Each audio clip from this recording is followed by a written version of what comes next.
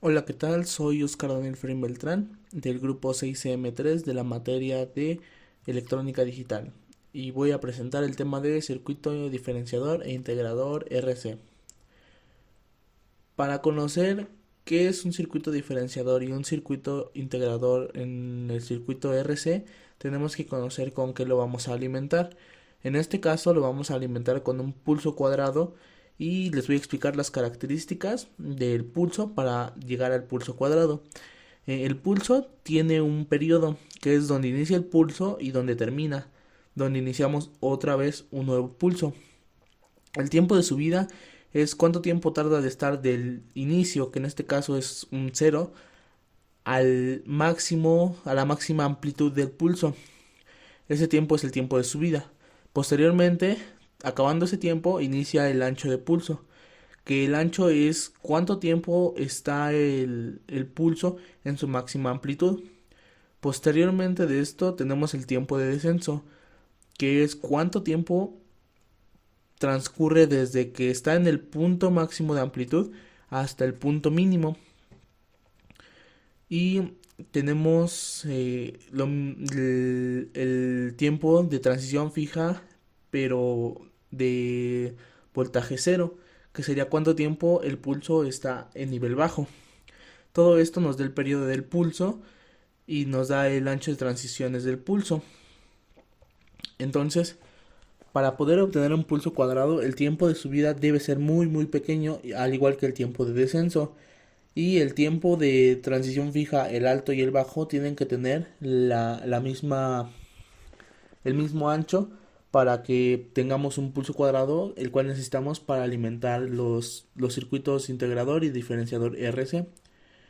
Posteriormente tenemos el circuito integrador RC. Este circuito consta de la fuente de voltaje, que es el voltaje del generador de T, en serie con una resistencia y en serie con un capacitor. En la imagen de la izquierda tenemos en rojo el pulso cuadrado y abajo tenemos la gráfica del integrador RC. Aquí tenemos un tiempo de subida, un tiempo algo estable y un tiempo de bajada, que esto nos da todo el periodo. Entonces de 0 a la mitad del periodo tenemos la transición de subida y de la mitad del periodo al periodo completo tenemos la transición de bajada. Esto se puede entender mejor en las ecuaciones de carga y descarga. La ecuación de carga del voltaje de carga es el voltaje del generador, el voltaje inicial, por 1 menos la exponencial de menos t sobre RC. RC es la constante de tiempo que vamos a utilizar. Y el voltaje de descarga es el voltaje inicial por la exponencial de menos t sobre RC. El circuito integrador es un circuito pasabajas, donde los valores reducidos de la constante de tiempo RC corresponden a variaciones ligeras en la forma de onda de la señal de salida con respecto al pulso que tenemos de la entrada. Por el contrario, aumentando la constante de tiempo RC, la tensión de salida tiende a convertirse en la integral de la tensión de entrada. Y esto se ve en las ecuaciones de carga y descarga y en las gráficas de carga y descarga del pulso. Posteriormente tenemos el circuito diferenciador, en el cual invertimos la resistencia y el capacitor, y al igual que en el pulso, en el circuito anterior tenemos un pulso en la mitad del periodo, el tiempo de estable alto, y en la otra mitad el tiempo estable bajo. La diferencia es que de aquí iniciamos con la amplitud máxima y de ahí vamos bajando, vamos descargando, tenemos un tiempo estable casi en cero y volvemos a bajar. Entonces esto nos da la amplitud máxima negativa y de ahí empieza a cargar otra vez hasta llegar a cero. Tenemos un tiempo estable y ahí acaba el periodo. En este caso, el circuito diferenciador es un circuito pasaltas y este reacciona en forma inversa que el integrador.